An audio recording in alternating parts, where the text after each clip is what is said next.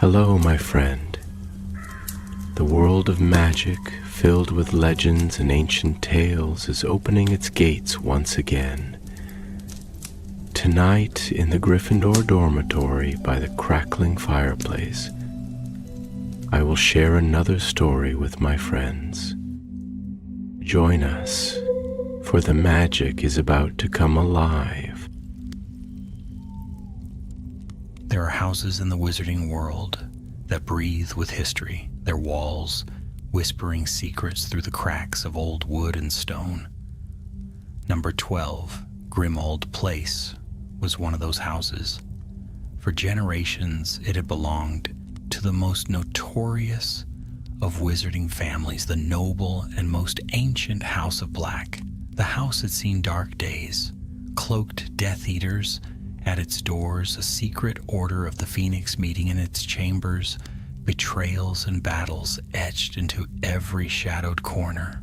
Yet now, years after Voldemort's fall, the house had grown still. Its gloom remained, but the Ministry of Magic had claimed it for safekeeping, turning its grim corridors into a place of preservation. The Ministry archivists had ordered something strange. The ancient Black family tapestry, scorched and scarred by Sirius Black's furious rebellions, was rehung in its place of honor along the grand staircase. It stretched from floor to ceiling, depicting centuries of Black lineage, each name embroidered in glittering gold, each branch sprawling like roots across the green velvet. But even as it returned to the wall, there was a sense of unease, as though the tapestry itself sighed, awakening from slumber. At first, it was only odd whispers, house elves scurrying from the room, claiming the wall growled at them. A draft curling down the staircase, though every window was sealed. Then, one night, Andromeda Tonks, visiting the archives, collapsed at the foot of the stairs.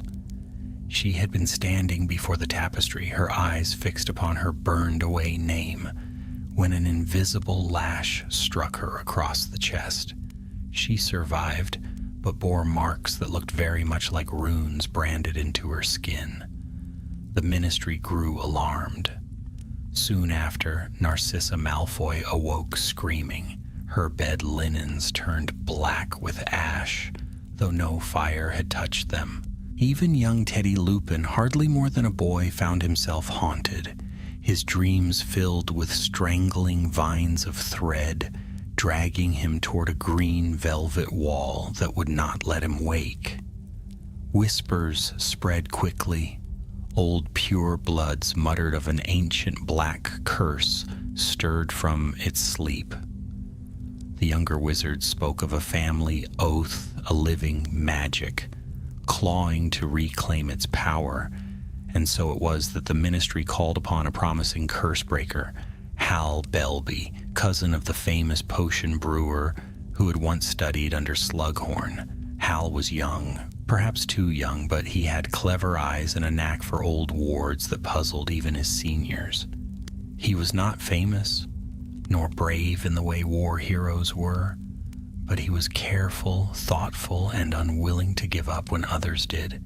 He arrived at Grimmauld Place under the pale glow of a crescent moon, a small satchel slung over his shoulder. The house greeted him in silence, its door knocker in the shape of a serpent staring at him with lidless eyes. He paused only once, taking a deep breath before stepping inside. The tapestry loomed above him, larger and more fearsome than he had imagined. The names glittered faintly as though the embroidery itself pulsed with magic. Sirius Black's name was scorched black, Regulus's faintly dimmed, and dozens of others shimmered or blazed. Hal thought he heard a faint hiss like threads tightening in a loom. He lit his wand, murmured a detection charm, and the air around the tapestry rippled like disturbed water. A network of golden strands glimmered faintly, stretching from name to name like a spider's web, and at the very heart of the web pulsed something darker, a knot of shadow threaded deep into the weave. Hal stepped closer. The knot pulsed again. For a moment he thought he heard voices, old, imperious, commanding. Blood above all. Blood eternal. Blood unbroken. The words vibrated through the stone, deep and hungry. Hal staggered back, clutching his wand tighter. The tapestry's magic was no ordinary ward. It was an oath, alive, ancient, and restless, and it had begun to stir. That night, as he set his camp in one of Grimald's dusty sitting rooms, Hal wrote hurried notes. Curse manifests through tapestry. Targets black descendants. Source unknown, possibly ritual anchor. Risk of escalation if left unchecked. Must trace anchor before next lunar convergence. He paused. The next convergence was in 2 weeks. That gave him little time. Little did Hal know that the deeper he delved, the more dangerous the curse would grow. For the House of Black had not only written its pride into velvet and gold, it had bound its fury into the very fabric of the family name. And that fury was awake. Hal Belby was not easily frightened. Curse-breaking was not a profession for those who panicked at whispers in the dark or shadows across the wall. Yet there was something about number 12, Grimald Place, that set his nerves on edge. The silence of the house pressed against him like a heavy curtain, muffling even the steady thud of his footsteps as he explored its halls. He'd spent the first night making sketches of the tapestry, drawing each branch, each scorched mark, each glowing line of thread that pulsed beneath his wand light. The words he had heard, blood above all, blood eternal, blood unbroken, were scrawled in his notes too, though he could scarcely bring himself to write them. They lingered in his mind long after the echo had faded. On the morning of his second day, Hal was joined by an unexpected visitor. "Hello." The voice startled him. Hal turned sharply and saw a boy. No, not a boy exactly, but a young man of about 16, standing in the doorway of the sitting room. He had bright hair that seemed to shift faintly in color, blue at the roots, fading into a warm brown at the tips, as though it could not decide what it wanted to be. His eyes were quick and curious, and he grinned as though the house's gloom meant nothing at all. "You must be the curse breaker they sent," he said, stepping inside without waiting for permission. "I'm Teddy. Teddy Lupin." Hal blinked. "Lupin?" "My mom was Nymphadora Tonks. My dad was Remus Lupin. You've heard of them, I expect." His tone was casual, but there was a flicker of pride in his eyes. "Yes, of course," Hal said quickly. He had heard of them. Heroes of the war, both gone, before Teddy had grown old enough to remember them properly. Hal studied him more closely. "So that makes you a descendant of the Blacks," Teddy finished, with a shrug that seemed more forced than careless. "That's why I'm here. The curse is after me too, isn't it?" Hal frowned. "You've had dreams?" Teddy's grin faltered. "Dreams, yes. Bad ones. A wall of green velvet. Ropes pulling me in. Voices telling me I don't belong. Gran says it's the tapestry. She won't come near this house again." Hal gestured for him to sit. "It is the tapestry, but not just the tapestry. Something's been bound into it, something old, dangerous. You shouldn't be here." "I want to help," Teddy said firmly, sitting anyway. "If it's after me, then I've got more reason than anyone to stop it. Besides, I've got a bit of my mum in me. She never ran from a fight, and I won't either." Hal hesitated. He had worked with all manner of assistants, sharp-eyed researchers, steady-handed warders. but never a teenager with hair that changed color as he spoke. Still, there was a steadiness in Teddy's eyes, a glint that reminded him of someone who had already seen more than he ought. Perhaps Hal thought this boy was exactly the kind of ally he needed. "All right," Hal said at last, "but you follow my lead. This curse is clever. One mistake could..." He trailed off. "Could what?" "Could turn us into names burned off the wall," Hal said grimly.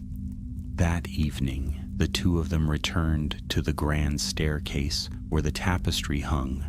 The velvet shimmered faintly, threads glowing beneath the surface. Hal raised his wand. "Revelare," he murmured. The air rippled.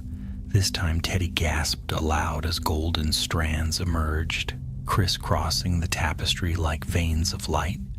But there was more. Shadows, too.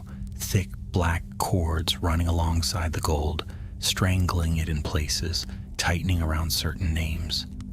"Look," Teddy whispered, pointing. "There, and Andromeda's name. The threads around it are darker." Hal followed his gaze. The black cords pulsed faintly, twisting tighter, as though feeding on Andromeda's very existence. He moved his wand across the weave, tracing the cords downward. They converged near the base of the tapestry, gathering at a single point that pulsed faintly. "There's your anchor," Hal muttered. "Something hidden behind the weave itself. We'll have to get inside the wall." They spent the next day searching Grimold Place for hidden passages. It was a house built on secrets, and secrets it offered them, staircases that led to dead ends, doors that vanished when touched, cupboards filled with items that hissed and rattled. Twice Teddy nearly stumbled into a trick stair that swallowed his leg up to the knee, and once they discovered a drawer filled with cursed silver spoons that bit when handled.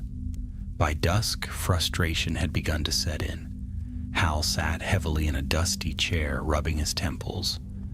"Maybe we've missed it," he said. "Maybe the anchor isn't in the house at all." But Teddy was staring thoughtfully at the tapestry.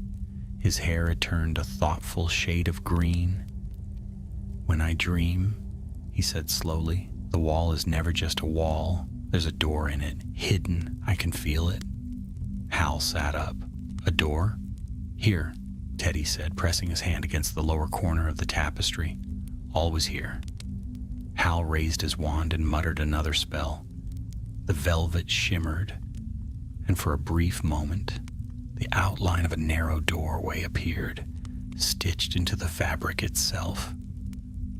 "By Merlin," Hal breathed. "You were right." Together they pressed their palms to the hidden seam.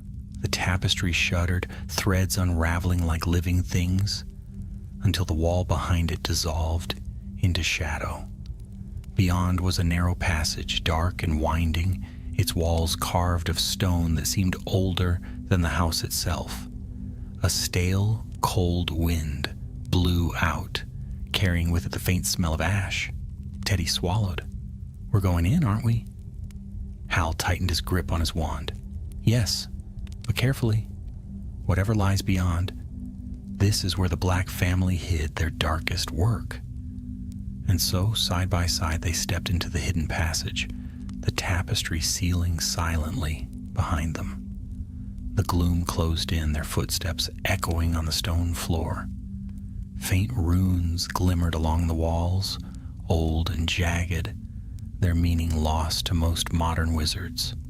At the end of the passage stood a heavy door of black iron. Etched upon it was the sigil of the House of Black, a starburst of silver threads, sharp as blades. As Hal lifted his wand to inspect it, the starburst pulsed faintly, and a voice whispered through the stone, "Blood above all, blood eternal, blood unbroken." The curse had found them. The iron door loomed before them, vast and implacable. Its surface gleamed faintly In the wand light, silver lines shaping the starburst crest of the Black family. It was beautiful in its way, cold, proud, and unwelcoming, much like the family itself. Hal raised his wand cautiously, tracing the edges of the sigil with a muttered incantation. The metal rippled under his spell. For a moment he thought the door might yield, but instead it flared white-hot, sparks of silver scattering into the passage. Both Hal and Teddy leapt back just in time to avoid the searing heat. "Blimey," Teddy gasped, his hair turning a sharp shade of crimson. "It nearly burned my eyebrows off." Hal lowered his wand, frowning. Not surprising. The Blacks weren't in the habit of leaving their secrets lying about. This is a family seal, keyed to blood. "Blood?" Teddy repeated, staring at the door. "Yes." A protection spell woven centuries ago. Only those of the bloodline can pass, everyone else. Well, they don't pass. Teddy's expression hardened. Then it has to be me. Hal hesitated. He had suspected as much, but he hadn't wanted to admit it aloud. It could be dangerous. Bloodline seals don't just let you in, they test you. If you're found wanting, I've had enough of being found wanting. Teddy interrupted, his voice tight. I've heard it all. Not pure enough. Not proper black stock. Your parents were traitors. If this door wants to test me, let it. I'll pass or I won't, but I'm not standing here while the curse hunts down my family. There was such fierce determination in the boy's voice that Hal found himself nodding. All right, but I'll be ready to pull you back if things go wrong. Keep your wand out and remember, you don't have to face whatever's in there alone. Teddy gave a quick nod, though Hal noticed how tightly he gripped his wand. Together they stepped forward. Teddy pressed his palm against the silver starburst. At once, the crest flared to life. Silver threads unspooled from the metal, wrapping around Teddy's wrist, winding up his arm. He gasped but did not pull away. The threads sank into his skin, glowing, and the voice of the tapestry thundered again, now so loud that the stones themselves seemed to quake. Blood above all, blood eternal, blood unbroken.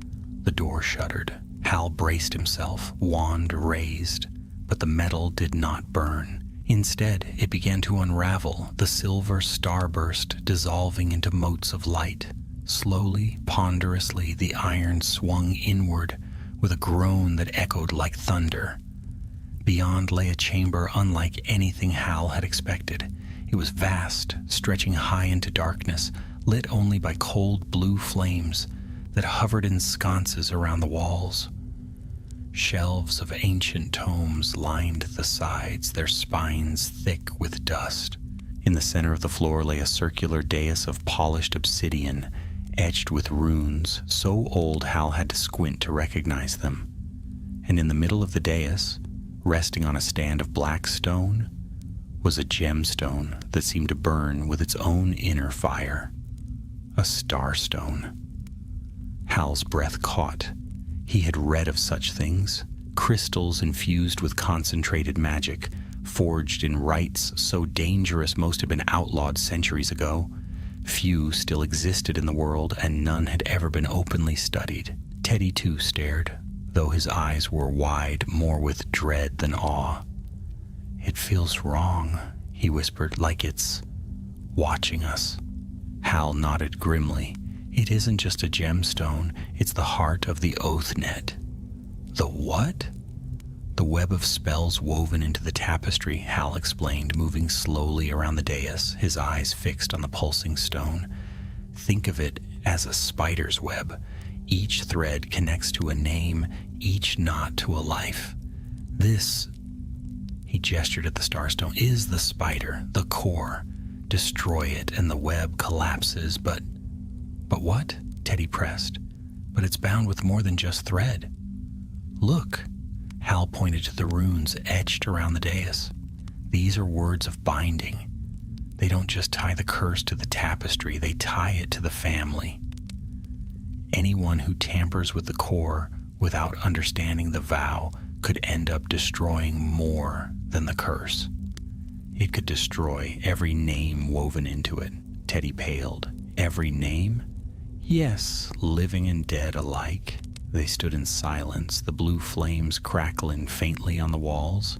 At last, Teddy asked, "Then what do we do?" "We study," Hal said firmly. "We decipher the runes, trace the spell work, understand what Cassiopeia Black wove into this oath. We can't simply smash the stone. We need to unravel it properly, or the curse will turn on us." For hours they worked in the cold chamber. Hal sketched the runes carefully, muttering translations under his breath. Teddy prowled the shelves, pulling down heavy tomes and squinting at their faded ink. Some were filled with genealogies, others with rituals so dark Hal ordered him to put them back immediately. At last, Hal found what he was searching for, a reference to Cassiopeia Black herself, written in an old hand. She had been brilliant, ambitious, and more than a little dangerous. It was said she despised the weakening of her house's blood, and in her later years she had grown obsessed with preserving its purity at any cost. Her final work, the book hinted, had been a great binding spell, a net of oaths to guard the family forever. "So it's her," Teddy said, his voice low. "She's the one who cursed us." "Not cursed," Hal corrected softly. "She believed she was protecting her family. But magic twisted by obsession doesn't stay pure. It rots. It corrupts. That's what we're facing now."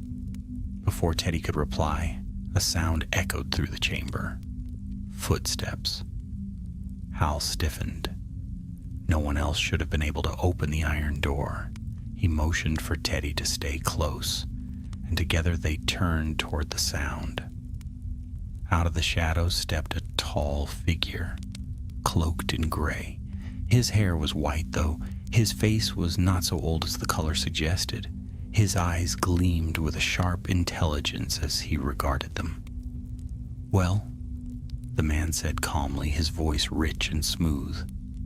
"It seems the ministry has sent a boy and a child to meddle in matters far beyond their understanding." Hal raised his wand. "Who are you?" The man smiled faintly. "I am Cairn, an archivist of sorts.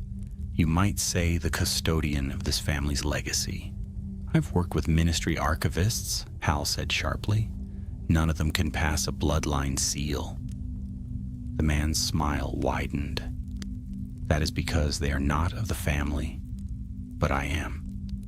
My name, though forgotten by most, is Marius Black." Teddy's breath caught. "You..." "Yes," Marius said smoothly. "A squib cast out. My name scorched from that very tapestry. Yet here I stand while the so-called heirs of the house fall to ruin. Tell me, boy, which of us truly belongs?" Hal tightened his grip on his wand, heart hammering. For the first time since entering Grimmauld Place, he realized the true danger had only just revealed itself. The man who had called himself Marius Black stepped further into the chamber, his cloak whispering across the stone floor. The blue flames guttered faintly as though bowing to his presence. His pale eyes lingered on the starstone at the center of the dais, glowing faintly with its inner fire. Teddy gripped his wand tighter, his hair flickering to a storm gray hue. You're supposed to be dead," my gran told me. She said Marius Black was erased from the family tree decades ago. "Erased, yes," Marius replied coolly, "but not dead. They burned my name from the tapestry when I was little more than a boy. A squib, they said, not worthy of the black blood." Do you know what it means to watch your family turn their backs on you? To have the house elves sneer as though you were dirt beneath their feet? To be less than nothing? His voice, though quiet, carried a sharpness that echoed in the chamber. They cast me aside, and yet the blood remained. The blood always remains. Hal raised his wand. You're the one who reawakened the oath net. You've stirred something you cannot control. Cannot control? Marius's lips curled into a thin smile. On the contrary, I have perfect control. Cassiopeia's work was flawed, tangled by time and by those who defied her vision. But I, who carry both the blood and the bitterness, have restored it. I have given the tapestry its voice once more. And when the lunar convergence comes, the oath will sweep away every unworthy branch of this family tree, leaving only those strong enough to endure. You mean you, Teddy spat. You want to be head of the House of Black. Marius's gaze flicked to him, sharp and calculating. Astute. For one so young. Yes, I shall claim what should have been mine. The Black family will rise again, not as a nest of traitors and blood traitors, but as it was meant to be. Pure, strong, unyielding. You'd kill my gran, Teddy said fiercely. You'd kill me. If necessary, Marius said calmly.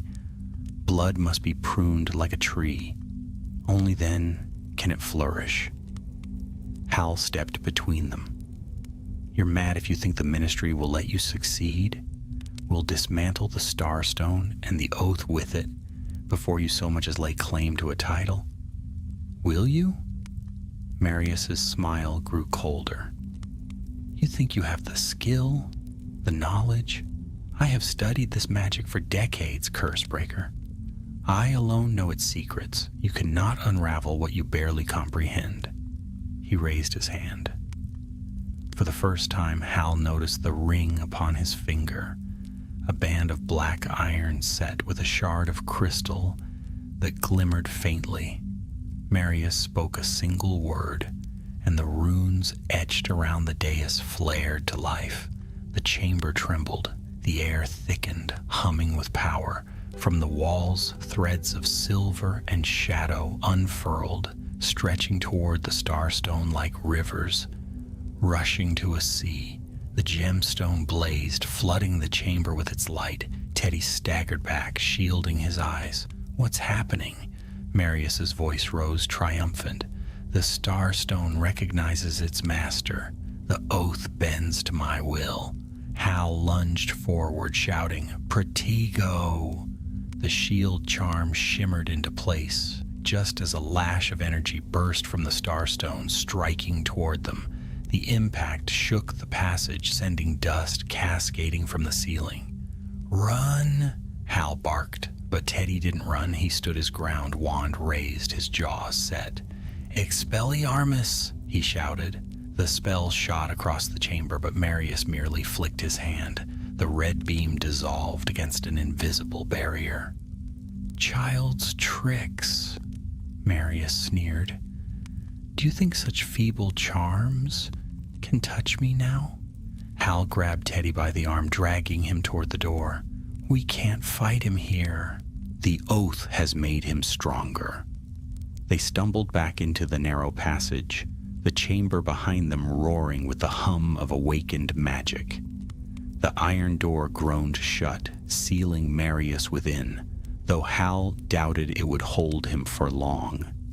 They ran, hearts pounding, until at last the tapestry opened before them, and they tumbled out onto the landing of Grimald Place. The house had changed. The air was thick with tension, as though the walls themselves were bracing for war. The tapestry glowed fiercely, threads of gold and black writhing across its surface. Names flickered, some bright, others dimming dangerously. Teddy's eyes widened in horror as he saw his grandmother's name constricted by coils of shadow. She's in danger, he whispered. He's choking her out of the family tree. Hal steadied himself, trying to catch his breath. He's feeding the oath net with the Starstone. The stronger it grows, the weaker the descendants become. If we don't stop him, Andromeda could... Then we can't wait, Teddy cut in. We need to warn her, now. Hal hesitated. He had never left a curse half-studied before. Every instinct told him to gather more knowledge, to find a weakness. But there was no time. Lives were already at stake. Very well, he said at last. We go to Andromeda. She may know something. Some countercharm, some family lore that can help us, but we must hurry. Every hour we lose brings the convergence closer. They left Grimold Place at once, stepping into the cool night air. The street was quiet, the houses of Grimold Row standing silent and ordinary, their secrets hidden from Muggle eyes. Teddy's hair had shifted to a fierce crimson again, his stride quick with urgency. Hal followed, clutching his satchel of notes and sketches as though they were lifelines. The journey to Andromeda's cottage in the countryside was swift, carried by broom through the moonlit sky. Teddy flew with a reckless speed that made Hal's stomach lurch. But he did not slow. His only thought was of his grandmother. They landed in a small garden ringed with roses. The cottage glowed softly in the dark, smoke curling from its chimney. Teddy dashed to the door and flung it open without knocking. "Gran!" he shouted. Andromeda Tonks appeared in the sitting room doorway, her eyes widening at the sight of him. "Teddy, what?" Her words cut off in a strangled cry. She staggered, clutching her chest. Dark marks, shaped like twisting runes, spread across her skin before their very eyes. "Gran!" Teddy ran to her side, catching her as she fell. Hal rushed forward, wand already raised. "Finite incantatum," he cried, directing the spell toward the spreading curse. The runes flickered, slowed, but did not vanish. They seemed burned into her flesh, deep and unyielding. Andromeda gasped for breath, clutching Teddy's hand. "It's the tapestry," she whispered hoarsely. "It wants to finish what it began." "We won't let it," Teddy said fiercely, tears burning in his eyes. "We'll stop it, I promise." Hal examined the marks quickly, his mind racing. They matched the bindings around her name on the tapestry, threads of shadow strangling the light. To break them, they would need to sever the Starstone's hold. But that meant returning to Marius, facing him on his ground. "Listen to me," Hal said urgently, looking at Teddy. "We can't save her by charms alone. The source is the Starstone. Unless we stop Marius, these marks will spread until..." He broke off, unwilling to finish. "Then we go back," Teddy said at once. "We go back and fight him." Hal swallowed. "If we go back, we may not come out again. But..." He looked at Andromeda, her face pale, her breath ragged. "We cannot abandon her, or anyone else bound to that cursed tapestry." Teddy met his eyes, determination blazing. Then it settled. The boy's hair shifted once more, turning a steady steel blue, the color of calm resolve. "We end this. For her, for all of them." And in that moment, Hal saw not a reckless teenager, but a young man ready to step into a legacy larger than himself. The war for the Black family's soul had begun. The night pressed close around the little cottage, heavy with silence. Inside, the lamplight flickered over Andromeda's pale face as she rested in an armchair, still trembling from the attack. Teddy remained beside her, holding her hand tightly, as though by sheer will he could anchor her to life. Hal knelt before the hearth, parchment spread across the rug, his quill scratching furiously as he traced runes and notes. Time was running out. Every so often, Andromeda gasped as another black rune seared itself across her skin. The curse was not content to wait. It was tightening its grip with every breath. Hal had stabilized her with a series of charms, but they were fragile, like ropes, holding back a flood. They could snap at any moment. "We have to go back tonight," Teddy said suddenly. His voice was steady, but his eyes blazed. "If we wait until morning, she won't survive." Hal didn't look up from his parchment. "If we charge in blindly, none of us will survive. Marius is in control of the oath net. He can use it to strike us down before we even reach him." "Then what's your plan?" Teddy demanded. "Sit here and watch her die?" Hal dropped his quill, exasperated. "I'm not suggesting that. I'm suggesting we think. Cassiopeia's oath was built on blood. Marius controls the Starstone because he is of the bloodline, however much they try to erase him, but the family tree has other branches." Teddy frowned. "What do you mean?" Hal pushed the parchment toward him. It was a crude drawing of the tapestry with names scattered across it, some circled in ink. "Every name is a thread woven into the net. If we can bind one of those threads to our side, we may be able to weaken the oath's hold on Marius. He isn't the only black left." Teddy's eyes darted to the names. Narcissa Malfoy. Draco. Even his own mother, though her name had been scorched. "You mean find another black?" "Yes," Hal said firmly. "Someone who can stand with us. Someone the Starstone recognizes. Marius may have twisted the oath, but if another of the blood stands against him, the net might hesitate, it might falter." Andromeda stirred, her eyes half opening. Her voice was faint but clear enough. You'll need one who remembers the family, one who still bears its mark." "Gran rest," Teddy urged, but she shook her head, weakly stubborn. "There is only one who will listen. Narcissa." Her gaze flicked to Teddy, sharp despite the pain. "Find her, convince her. She will not see the House of Black fall to a squib's hand, however bitter she may be." Teddy looked uncertain. Narcissa Malfoy was not known for warmth. She had lived through the war by making difficult choices, most of them for the sake of her son.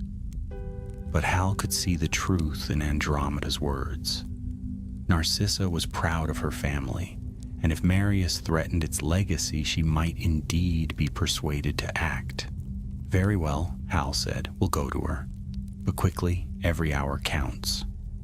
It was close to midnight when they arrived at Malfoy Manor. The once grand estate loomed stark against the night sky, its tall windows gleaming with faint candlelight. The war had left scars upon the place. Many shutters were new, the gardens half wild, but it retained its cold majesty. Hal and Teddy approached the great doors, which swung open before they could knock. A house elf, wrinkled and sharp-eyed, bowed low. "Mistress Narcissa is expecting you," it squeaked. "Expecting them?" Hal exchanged a wary glance with Teddy, but followed the elf inside. The drawing room was warm, with firelight. Narcissa Malfoy sat upon a high-backed chair, her blonde hair immaculate, her pale eyes cool and appraising. She wore black robes of elegant simplicity, and her hands rested upon a silver-topped cane, though Hal doubted she needed it. She radiated control as though the room itself obeyed her. "Teddy," she said softly, inclining her head. "And a curse breaker, I presume." Teddy straightened. "We need your help." "I am aware," Narcissa replied, her voice smooth as glass. "The oath has stirred. I have felt its pull. My dreams are haunted by threads that choke and tighten. You are not the only one it hunts. Hal stepped forward. Then you know how dire this is. Marius Black has taken control of the Starstone. He means to use the oath net to purge every branch he deems unworthy. Your sister, your kin, my family, Narcissa interrupted coldly, has suffered enough purges. She studied them for a long moment, then added, "And you believe I can stop him?" "You can," Hal said. Another true black bloodline standing against him could unbalance the oath. The tapestry recognizes you. It still honors your name. Narcissa's eyes flickered, though her face remained calm. And why should I risk my life for the Ministry's games? For a family that burned my cousin from the tree and cast out my niece? Teddy stepped forward, his voice urgent. Because this isn't just about the Ministry or even about the Blacks. It's about us. If he wins, Gran dies. I die. Maybe even you. Do you really want the last of our family to be erased by a bitter squib with a grudge? There was silence. The fire crackled softly. Narcissa studied Teddy's face, her eyes lingering on the flicker of his hair, the echo of his mother's defiance in his expression. At last she said, "You remind me of her." "My mom?" Teddy asked, surprised. "Yes," Narcissa said quietly. "Nymphadora, stubborn, reckless, impossible to ignore." She looked away, her features tightening. "Very well. I will come, but know this. If Marius has truly bent the oath to his will, then none of us may survive what lies ahead." They returned to Grimold Place under the cloak of darkness, the three of them moving swiftly through the hidden streets. Inside, the tapestry glowed more fiercely than before. Threads of black writhed across it, tightening around Andromeda's name, around Narcissa's, even around faint lines leading to Teddy himself. The air in the house crackled, alive with restless magic. Hal led them to the hidden passage once more. The iron door still loomed at the end, its crest faintly glowing. The chamber beyond pulsed with light, the Starstone now blazing like a captured star. And there, at the center, stood Marius. He no longer looked the weary archivist they had first met. His cloak billowed with unseen wind, his eyes blazed silver, and the ring on his finger shone like fire. The oath net itself seemed to coil around him, threads of light and shadow weaving into his form. "You return," he said, his voice echoing unnaturally. "And you bring her," his gaze fixed on Narcissa.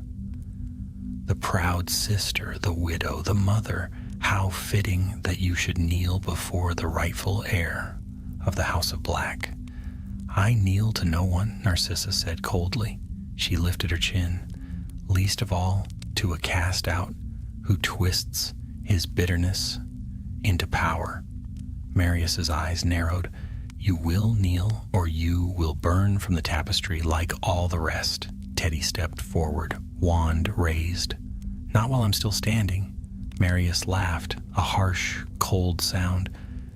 "Then you will be the first to fall." The Starstone flared, and the chamber erupted in light. Threads of shadow lashed toward them like whips, searing the air with their power. Hal shouted a shield charm, but the force of the impact drove him to his knees. Teddy fired curse after curse, his spells ricocheting off the invisible barrier around Marius. Narcissa raised her wand with a grace that belied her years, her voice sharp as steel as she conjured a barrier of her own. The chamber shook.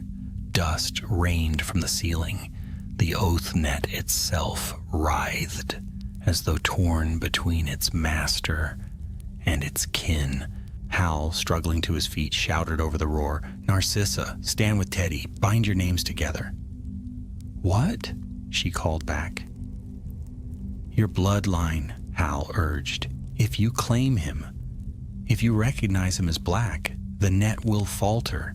It cannot erase what the family itself accepts. For a heartbeat, Narcissa hesitated. Her eyes flicked to Teddy, his hair glowing scarlet as he fought, his face fierce with defiance.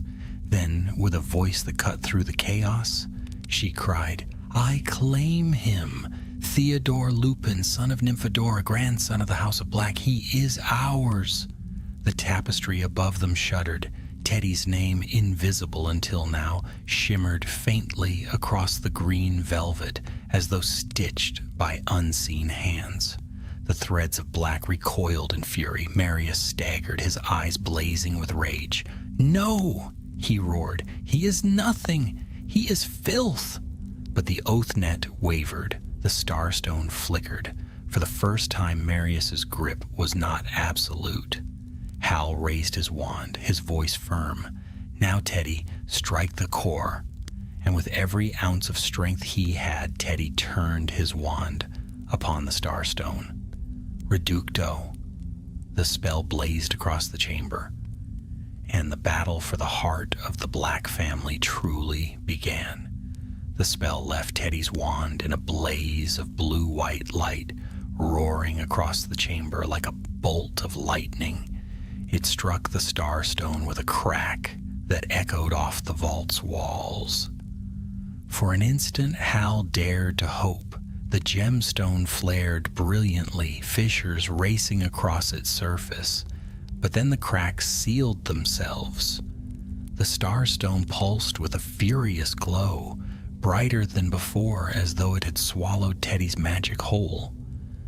The air grew heavier, thick with raw power. Marius lifted his hand, eyes gleaming like molten silver. "Did you think you could shatter Cassiopeia's heart so easily? This stone has tasted blood for generations. It is bound with oaths older than any curse breaker's tricks." With a flick of his fingers, the threads of the oath net lashed outward. One struck Teddy squarely in the chest, hurling him across the floor. He slammed into the wall with a cry of pain, his wand tumbling from his grasp. "Teddy!" Narcissa cried, rushing to his side. She raised her wand, conjuring a shimmering shield that curved around them. Shadows battered against it, each strike ringing like hammer on metal. Hal forced himself upright, his own wand burning hot in his hand. His mind raced. He had seen this kind of backlash before. Wards that fed upon magic directed against them, growing stronger with every assault. The Starstone was not merely resisting their spells, it was devouring them. "We can't destroy it with brute force," Hal shouted above the din. "Every spell we hurl just makes it stronger." "Then what do you suggest?" Narcissa snapped, her shield trembling under another strike. Hal's gaze darted to the runes etched around the dais. The script was jagged, ancient, but he had spent hours studying it. He recognized the pattern now, 3 words repeated again and again, binding the oath to the family bloodline. Sanguis fidelitas aeternum, blood, loyalty, forever. It was a vow, a promise given form, and vows could be broken. "We need a countervow," Hal realized aloud, "a declaration to unmake Cassiopeia's command." Narcissa's eyes widened. "You mean to pit words against words?" "Yes," Hal cried. "It isn't power that sustains this magic, it's intent. Cassiopeia demanded blood above all. We must demand something stronger." Marius's laughter rang across the chamber. "Fool! Do you think a few words spoken by traitors can undo the will of the ancients? The tapestry answers to me, and me alone." He thrust his hand toward the starstone. Threads of black lightning burst forth, slamming into Hal's shield charm. The impact threw him backward, his notes scattering across the floor. His head rang as he struggled to rise. Teddy bruised but defiant, crawled back to his wand. His hair flickered to fiery red as he raised it once more. "You're wrong," he shouted hoarsely. "The tapestry doesn't belong to you. It belongs to all of us." He staggered to the center of the dais, placing himself between the Starstone and Marius. The gemstone flared at his nearness, threads of shadow reaching hungrily toward him, but Teddy stood tall, his wand steady. "I am Theodore Lupin," he declared, his voice ringing in the vault. "Son of Remus, son of Nymphadora, grandson of the House of Black, and I choose my family not because of blood, but because of love." The oath net shuddered. The threads writhed, uncertain. Narcissa stepped forward, her eyes fierce. "And I am Narcissa Malfoy, daughter of the Black family. I choose him as kin. I choose the future, not the rot of the past." Her words struck like a blade. The tapestry above them rippled, threads of gold flaring brightly around her name. Marius roared, fury distorting his voice. "You dare defy me? You would cast aside purity for this mongrel?" "Yes," Narcissa said simply, her voice as cold and final as frost. Hal, scrambling to his feet, added his voice to theirs. "I am no Black, but I am bound by oath now. I choose their side. And if the tapestry is truly alive, it must hear us all. Blood may have built it, but choice can break it." The Starstone flickered violently, light and shadow warring across its surface. Cracks raced across it again, deeper this time, sparks bursting into the air, but Marius was not finished. His eyes blazed with desperation as he tore the iron ring from his finger. "Then let the stone drink of me," he cried. He pressed the ring to his palm, slicing the skin. Blood welled forth, bright and red. He thrust his bleeding hand against the Starstone. The gemstone drank. It pulsed with a terrible light, threads of darkness surging outward like a tidal wave. The vault shook, dust and shards of stone cascading from above. Hal staggered, nearly thrown from his feet. "It's too strong," he shouted. "He's feeding it directly with his bloodline. The oath is binding to him completely."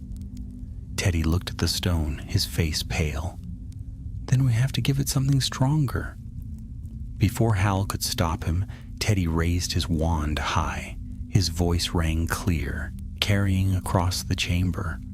"I swear upon my life, I will not let this family be broken by hate. I bind myself to them, not by blood, but by love and choice.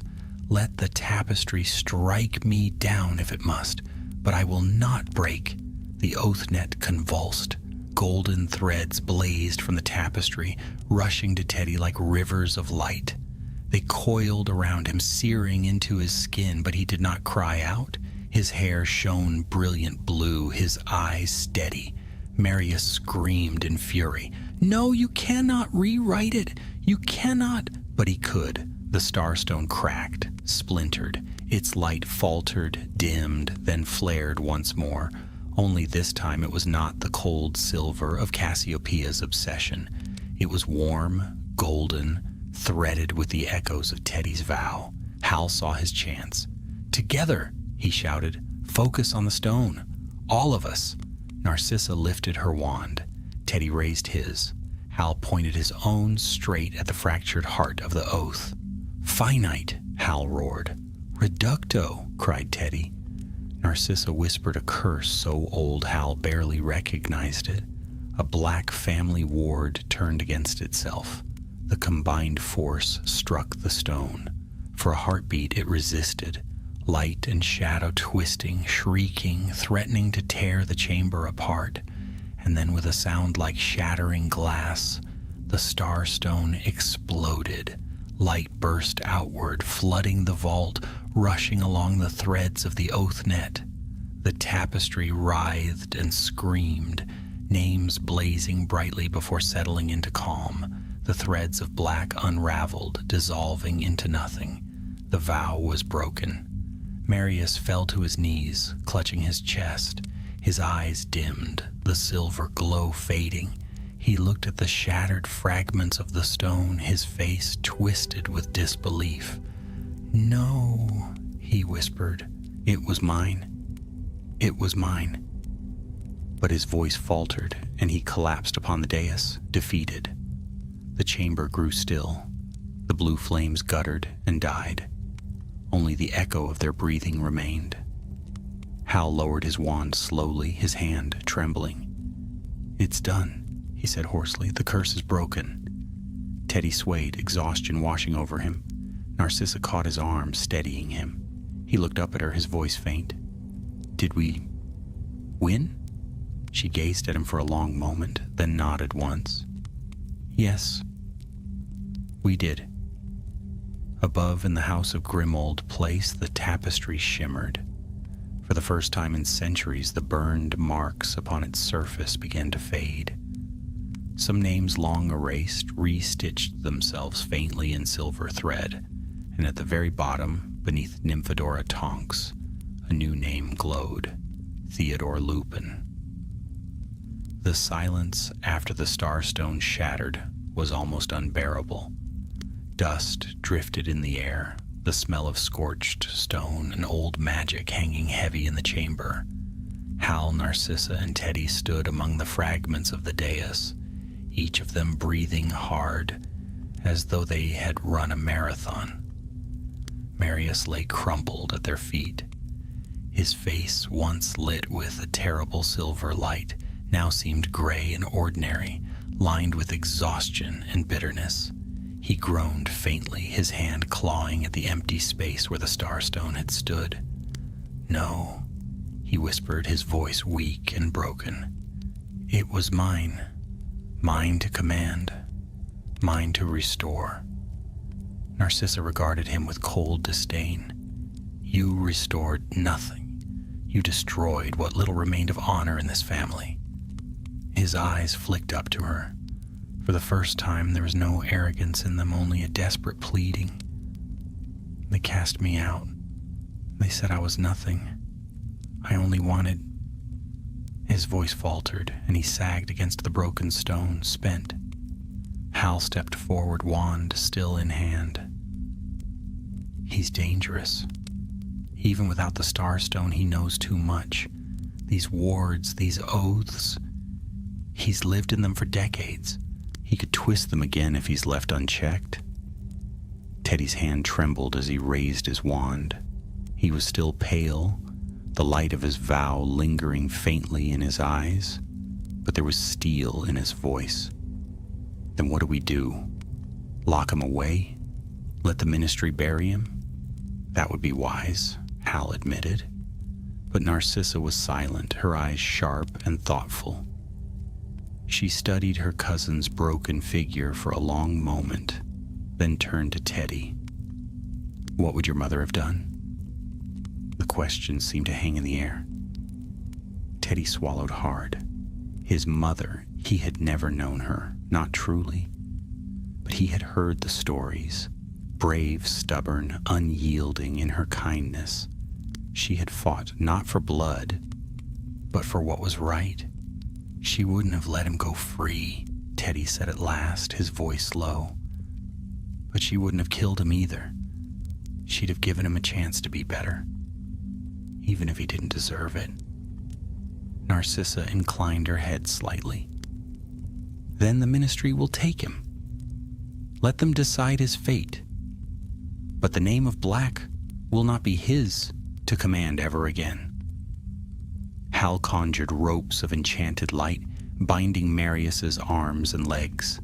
The man struggled weakly, but the fight had gone out of him. His head drooped, his eyes fixed on the fragments of the starstone. "Take him away from this place," Hal said. "The wards will hold without the stone. The curse is broken." They emerged into Grimold Place to find the house transformed. The oppressive darkness that had clung to it was gone, replaced by a stillness that felt almost peaceful.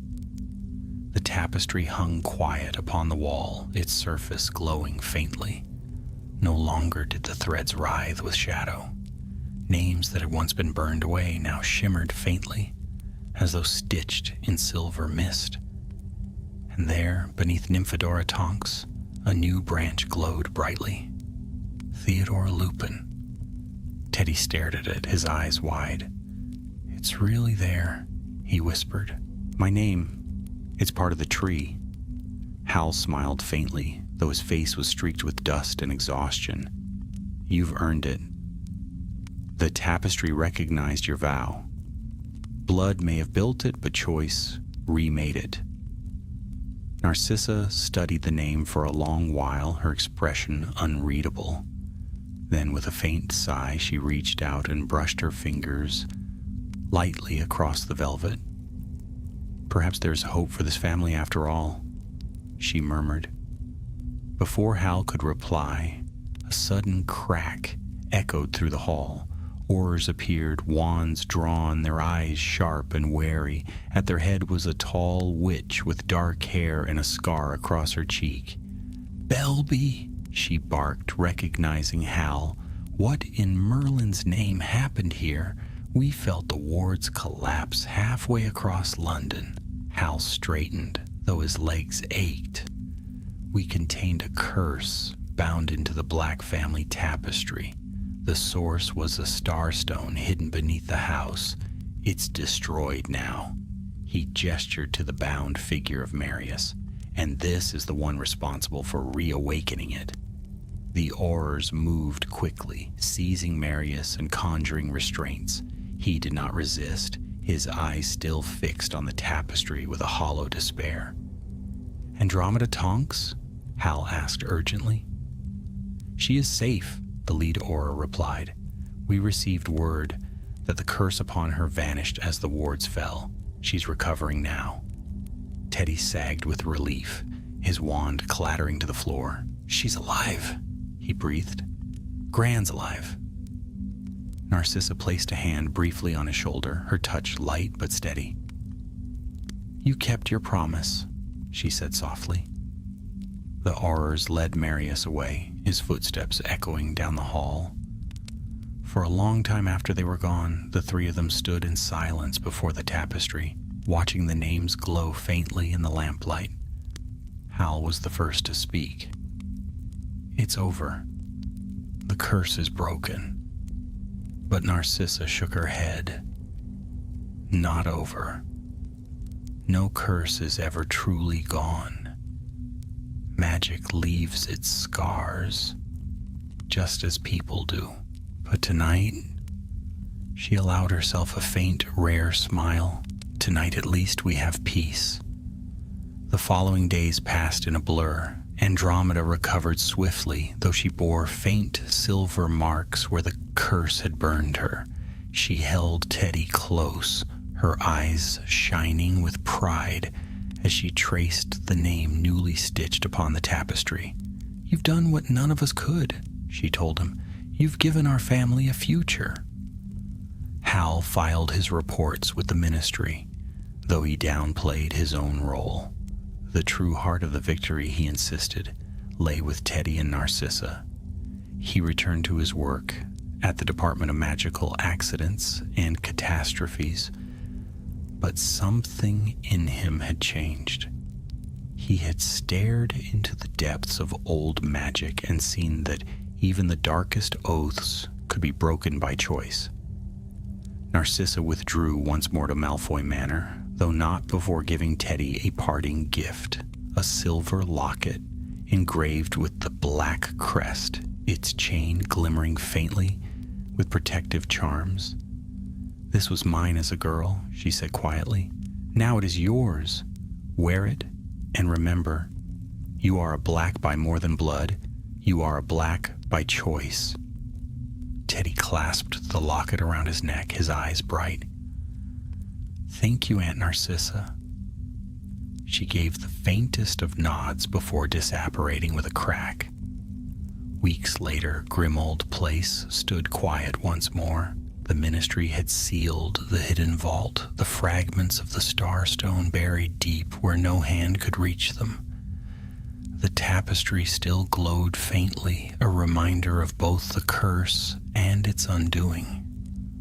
On a cool autumn evening, Teddy returned to the house alone. He stood before the tapestry, his locket warm against his chest, and stared at the names. His parents, his grandmother, his own. For the first time, he felt not the weight of their legacy, but the strength of it. A strength that came not from old vows or pure blood, but from love and from the choices he carried forward. "I'll make you proud," he whispered into the stillness.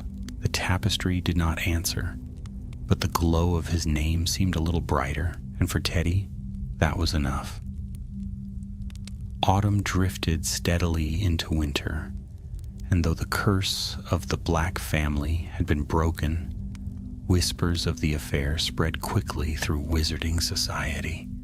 Nothing concerning the House of Black ever remained secret for long. The Daily Prophet carried cautious headlines. Ancient magic stirred at grim old place, followed by a longer column speculating about strange pulses of energy felt in London. Rita Skeeter, never one to miss an opportunity, published an article under the title "The Black Family Curse, Unraveled or Waiting to Strike Again," filled with insinuations that Narcissa Malfoy herself had been at the center of the scandal. The ministry released a carefully worded statement crediting the combined efforts of specialist curse breakers and the family itself. It made no mention of the shattered starstone, nor of Marius Black's involvement, yet rumors persisted that something dangerous had been uncovered and destroyed, something that might easily have brought disaster upon wizard kind if left unchecked. For Teddy Lupin, none of that mattered. What mattered was that his grandmother was alive, her strength returning each day, and that for the first time, he felt truly connected to his family. He visited Andromeda often, sometimes bringing friends from school who were eager to hear the tale. He retold it sparingly, leaving out the darkest details, but when he spoke of standing before the Starstone, his voice carried a quiet pride. Hal Belby, meanwhile, was summoned to the department for official commendation. Senior cursebreakers quizzed him relentlessly about the oath net, the structure of the runes, and the effects of the counter-vow. Though they praised his work, Hal felt restless. He could not shake the image of Marius, defeated but unbroken, being led away in chains. He knew too well that men driven by bitterness did not easily surrender their hatred. One evening, Hal received an owl from the Auror office. The letter was brief and formal. "Belby Marius Black has been transferred to the high-security wing of Azkaban. Your expertise may be required should his knowledge of warding prove dangerous. Report to the Auror office at once." Hal tucked the letter into his satchel and sighed. He had hoped the affair was done, but he was not surprised. Old curses never ended neatly. When he arrived at the Auror office the next morning, he found Harry Potter himself waiting for him. The head of the Auror department looked older than Hal expected, his hair streaked with gray, his face lined with years of battles fought both in public and in private, but his eyes, green and piercing, were sharp with purpose. "Belby," Harry greeted him with a firm handshake. "You've made quite a name for yourself. Breaking oaths tied to the House of Black isn't exactly routine work." Hal flushed slightly. "I didn't do it alone. Teddy Lupin was..." Harry's eyes softened. "Yes, I've spoken with him. He told me everything." For a moment, Harry was silent, and Hal thought he saw a flicker of pride in the man's expression. "Teddy's got his mother's fire. And something of Remus, too. Hal nodded. He's braver than he knows. Harry gestured for him to walk beside him. I won't waste your time. We've had incidents. Since Marius was taken to Azkaban, strange disturbances have been reported. Wards unraveling where they shouldn't. Old enchantments waking. Some of the guards swear they hear the tapestry's words in the night. Blood above all. Blood eternal. Blood unbroken. Hal felt a chill run down his spine. But the Starstone is gone. The oath should be broken. That's what worries me, Harry said grimly. If the vow still echoes through him, then Azkaban itself may be feeding on it. We need to know if he's still a threat. Hal agreed reluctantly, and so it was that he found himself days later stepping through the iron gates of Azkaban. The sea roared around the fortress, waves crashing against black cliffs. The air was cold and heavy, thick with despair. Dementors no longer patrolled. The Ministry had replaced them with human guards. But the memory of their presence clung to the stones. The Auror who led him down the corridors spoke little. Their footsteps echoed along narrow passages, lit only by flickering torches. They passed cells where prisoners muttered to themselves or lay silent on their bunks, eyes empty. At last they came to a reinforced door. The guard unlocked it with 3 separate spells before stepping aside. Marius Black sat within, shackled by enchanted chains.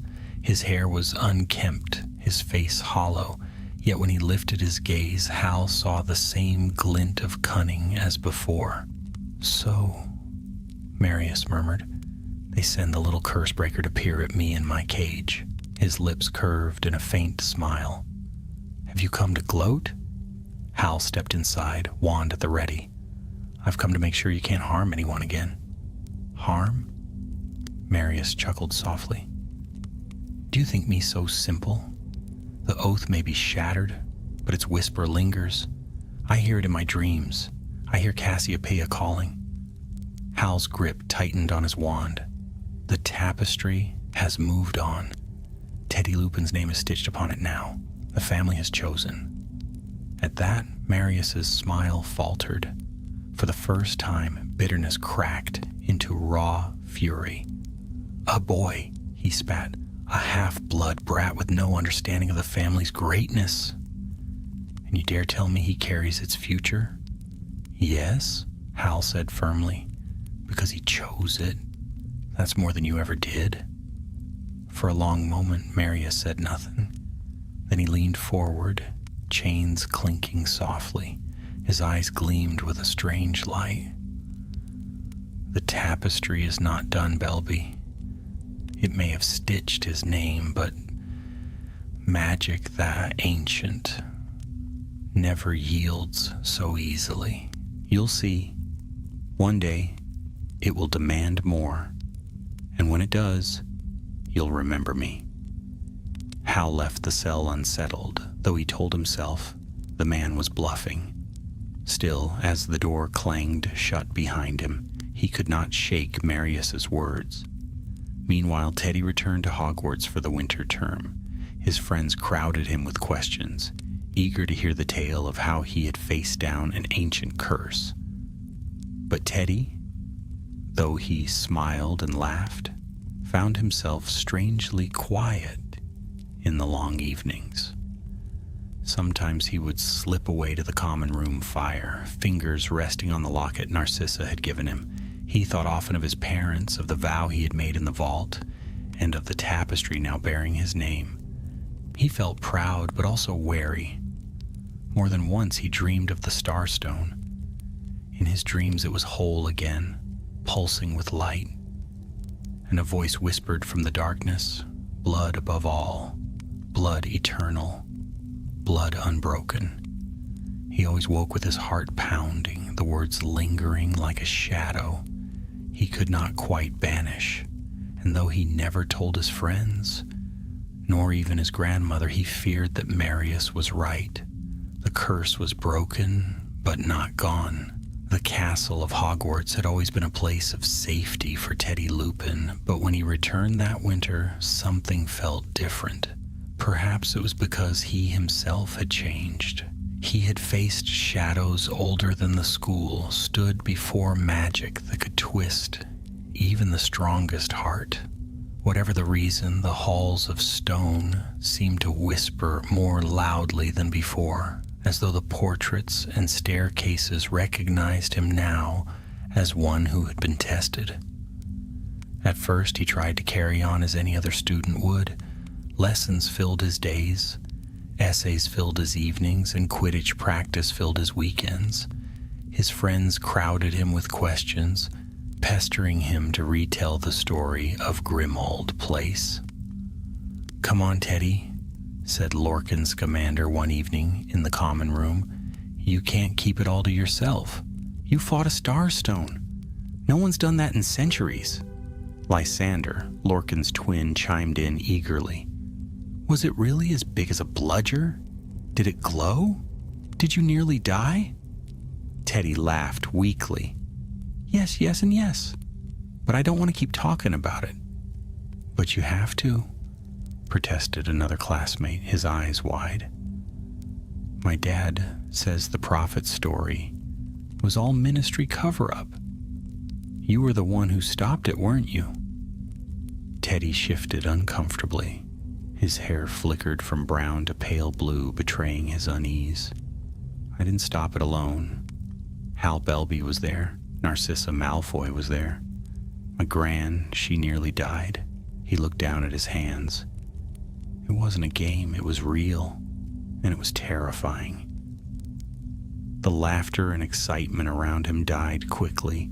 His friends exchanged glances, then changed the subject to Quidditch and Christmas holidays. Teddy felt a twinge of guilt, but he could not bring himself to make the tale sound like an adventure. It had been too close, too raw, yet the story would not leave him.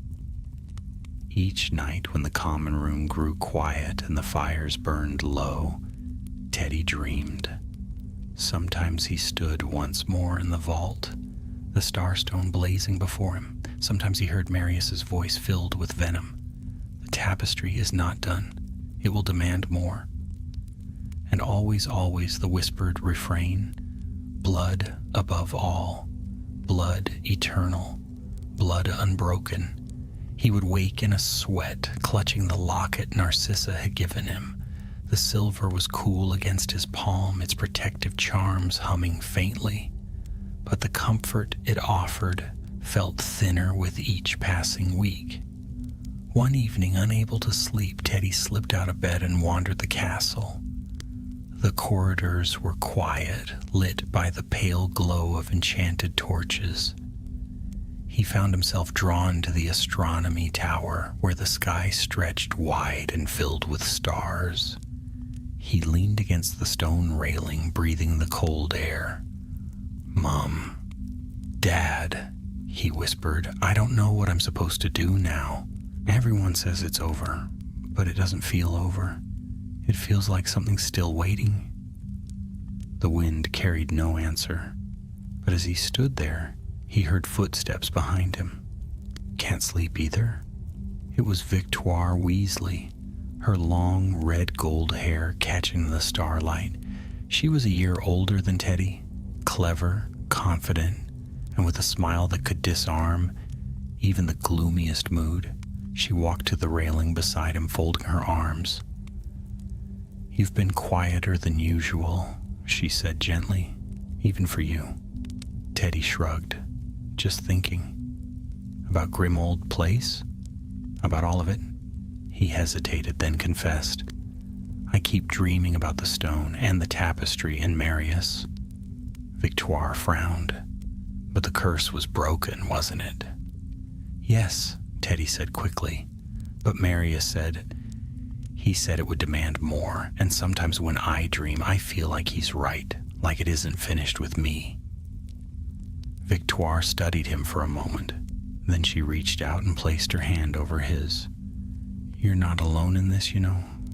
if anything happens again, if the curse stirs or the tapestry whispers, you'll have people by your side, me, your gran, even my dad, though he'll probably just make terrible jokes about it. Despite himself, Teddy laughed. The tension in his chest eased slightly. Thanks, Victoire. They stood together in silence for a while, the stars wheeling above them. Teddy thought of the vow he had made, the words he had spoken with all his heart. I bind myself to them, not by blood, but by love and choice.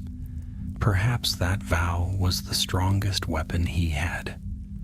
Meanwhile, far from the warmth of Hogwarts, in the cold stone of Azkaban, Marius Black sat in his cell. The chains bound him, the wards sealed him, yet his lips curved in a faint smile. For though the Starstone was shattered, though the oath net was broken, the whispers had not left him. At night, when the torches guttered low and the sea roared against the cliffs, he closed his eyes and listened. Blood above all, blood eternal, blood unbroken. The words throbbed through his mind, faint but steady, like a heartbeat. And sometimes, if he pressed his bleeding hand against the floor, he swore he felt an answering pulse deep in the earth. Cassiopeia's work was vast. The Starstone had been only one anchor. There were others. He would wait. He would listen. And when the time was right, he would rise again. Back at Hogwarts, the spring term rolled on. Teddy applied himself more fiercely than ever to his studies, especially defense against the dark arts. Professor Longbottom encouraged him warmly, sometimes pulling him aside after lessons to discuss curses and counter-curses. You've got talent, Neville told him one afternoon after Teddy had executed a particularly deft shield charm. But more than that, you've got heart. That's rarer and far more important. Teddy flushed with pride, but the words also carried a weight he did not fully understand. He thought of Marius's fury, of the tapestry's glow, of the vow he had spoken. Heart had saved them once, but would it be enough if the curse stirred again? One night, as he packed his bag after a late study session, Teddy glanced out the window. The moon hung bright and full over the forbidden forest. For a fleeting moment, he thought he saw threads of silver light weaving between the trees, forming a vast net. He blinked, and it was gone. But the chill it left behind lingered. When Easter holidays arrived, Teddy returned once more to Andromeda's cottage. She greeted him with her usual stern affection, fussing over his appetite and his messy hair. But he noticed how her gaze lingered on his locket and how often she glanced at the family tapestry now hanging in her study. It was calmer than before, its threads glowing softly. Yet sometimes, when the firelight flickered, Teddy thought he saw the faintest ripple pass across it, as though it were breathing. One evening, as he sat with his grandmother by the hearth, she spoke suddenly. Teddy, you must understand, the Blacks have always been proud. Too proud. That pride birthed the curse, and that pride nearly destroyed us. But you gave us something new. Don't forget that. I won't, Teddy promised. Yet when he lay awake that night, listening to the wind against the windows, he could not shake the feeling that the tapestry's threads were still watching him. In Azkaban, Marius smiled in the dark, for even in his chains he had found a way to whisper back to the oath, and somewhere far beneath the waves, another starstone stirred. The Easter holidays passed too quickly. When Teddy returned to Hogwarts, the castle seemed almost to sigh at his arrival, its portraits murmuring and staircases creaking as though they recognized the boy who had stood against an ancient curse. But peace never lingered long for those tied to the House of Black. It began subtly with whispers. Students reported strange flickers of light in the forbidden forest, thin silver threads weaving between the trees before vanishing. The suits of armor along the 7th floor corridor rattled at night, as though pulled by unseen strings. And once, when Teddy passed the Great Hall, he swore he heard the faint chant again, carried on the wind like a memory. Blood above all, blood eternal, blood unbroken. He froze, heart hammering, but when he asked the others if they had heard it, they shook their heads. "You need more sleep," Victoire said, though her voice was kind. "You're wearing yourself thin." But Teddy knew he wasn't imagining things. The whispers were growing louder. Meanwhile, in the ministry, Hal Belby sat across from Harry Potter in the Auror office once more. A pile of parchments lay between them, reports of magical disturbances, unexplained surges of energy, and testimonies from guards at Azkaban. "Another ward unraveled last night," Harry said grimly. "Not one of ours. An old sea ward off the northern coast. The locals said the rocks glowed blue before the sea swallowed them. And look at this." He pushed forward a parchment. Hal scanned it quickly. Silver light observed beneath the waves, rhythmic pulsing, similar to starstone activity. He looked up sharply. "Another anchor?" Harry nodded. "That's what we fear. The Black family never left anything half-finished. Cassiopeia may have created more than one starstone, and if Marius knows where they are, then he could still restore the oath," Hal finished. Harry leaned back, rubbing his temples. "The ministry is stretched thin. Giants in the north, goblin disputes in the south, and now this. I can't send a full team to scour the seas on a hunch. But you've studied the runes. You understand the structure. If anyone can trace the locations, it's you." Hal hesitated. "If I'm right, there could be more than one. We may not have destroyed the curse. We may only have weakened it." Harry's gaze was steady. "Then we'd better find the others before Marius does." At Hogwarts, Teddy was summoned to the headmistress's office. Professor McGonagall sat behind her desk, her sharp eyes softening slightly as he entered. "Mr. Lupin," she said, folding her hands, "you've done the school proud. And more than that, you've done the wizarding world proud. But your name is once again entangled in matters far darker than any student should face." Teddy shifted uneasily. "It's about the curse, isn't it?"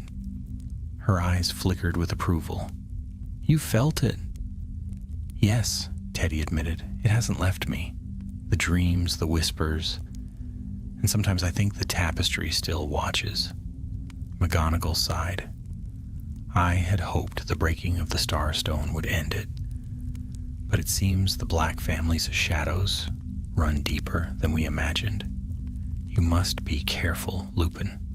You carry not only your parents' legacy, but the burden of a family that has been both feared and revered for centuries." Teddy lifted his chin. "I'm not afraid." "Nor were your parents," McGonagall said softly.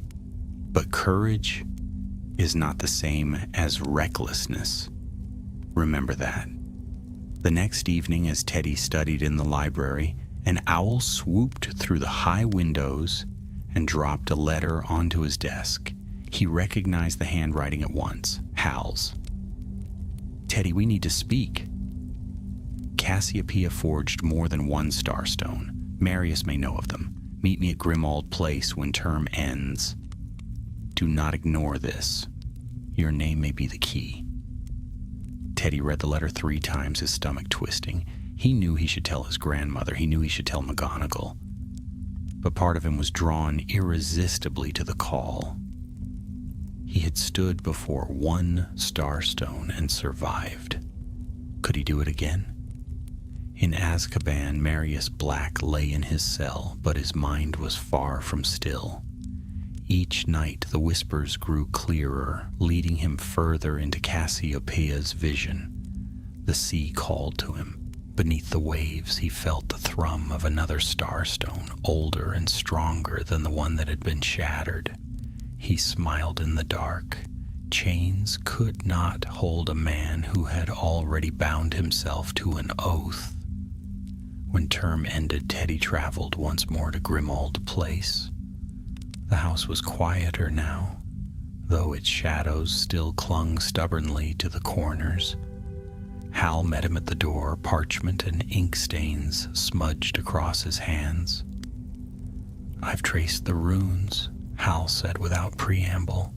The structure of the oath wasn't singular. It was woven in a triad, 3 anchors, 3 starstones, each bound to a different element. The one we destroyed was earth, but the others... He tapped the parchment. Sea and sky. Teddy's eyes widened. And Marius? Hal's expression darkened. If he listens to the whispers, he may already know. We have to move first. Teddy looked at the tapestry. His name still glowed faintly at the bottom, silver threads branching out from it. He felt a pang of dread, but also determination. "Then tell me what to do," he said. Hal met his eyes, and for the first time he did not see a boy, but a partner. "We go to the sea." Far out on the northern coast, waves pounded against jagged cliffs. Beneath them, deep in a cavern drowned by tides, a faint light pulsed like a heartbeat. A second starstone waited, and its time was nearly at hand. The sea was wild when they reached the northern coast. Gray waves crashed against the jagged cliffs, sending spray high into the air. The sky was heavy with clouds, and the gulls wheeled overhead, their cries sharp and lonely. Teddy pulled his cloak tighter against the wind, but it was not the cold that unsettled him. It was the steady, rhythmic thrum he felt beneath his feet, as though the earth itself were keeping time with a distant heartbeat. "The Starstone," Hal said grimly. "It's awake." They had traveled quickly, following the runes Hal had traced and the reports of strange silver lights in the water. Now, standing on the cliff edge, they could see faint glimmers beneath the waves, threads of light curling upward like smoke before vanishing into the foam. "How do we get to it?" Teddy asked. Hal pointed to a narrow path winding down the cliffside. "There's a sea cave below. The locals say it's always half flooded, but the runes on these maps mark it clearly. That's where Cassiopeia must have hidden the second anchor." "And if Marius gets here first?" Teddy asked. Hal's jaw tightened. "Then we must reach it before he does." The path was treacherous, slick with sea spray, and narrow enough that Teddy's boots sometimes slipped against the stone. Hal went ahead, his wand glowing faintly to light their way. The sound of the waves grew louder as they descended, until at last the mouth of the cavern yawned before them, dark and vast. Inside, the air was damp and heavy. The sea surged in and out with each wave, filling the cavern with a low roar. Strange symbols gleamed faintly on the walls, etched deep into the stone and pulsing with silvery light. Hal traced one with his finger. "Bindings," he murmured. "Cassiopeia wove the sea itself into the oath. The tide feeds it." Teddy peered into the darkness. Far ahead, beyond the reach of their wands, something glowed, a steady, pulsing light, brighter than the reflections on the water. "The Starstone," Teddy whispered. They waded forward, the water rising to their knees. The glow grew stronger with every step, until at last the cavern widened into a chamber of black rock. At its center, upon a pedestal of coral and stone, the second starstone blazed. It was larger than the first, its surface smooth and flawless, filled with swirling light that moved like waves. The air around it hummed with power, and the tide itself seemed to bow toward it, rushing and retreating in time with its pulse. Teddy's breath caught. "It's beautiful. It's deadly," Hal said. He pulled parchment from his satchel, his quill scratching furiously as he sketched the runes. "If the first stone nearly destroyed us, this one will be worse. It's fed by the sea, endless, unyielding. If Marius binds himself to it, the oath net could rise again stronger than before." Teddy's hand tightened on his wand. "Then we destroy it before he gets here." Hal hesitated. "Perhaps. But we must be careful. Cassiopeia tied each stone to a vow. If we shatter it recklessly, the sea could rise against us. We must unmake the words before we unmake the stone." Before Teddy could reply, a voice echoed through the cavern, smooth and mocking. "Ah, so the little heroes found it first."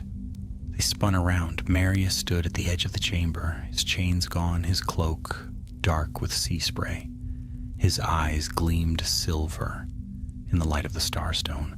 Hal's breath caught.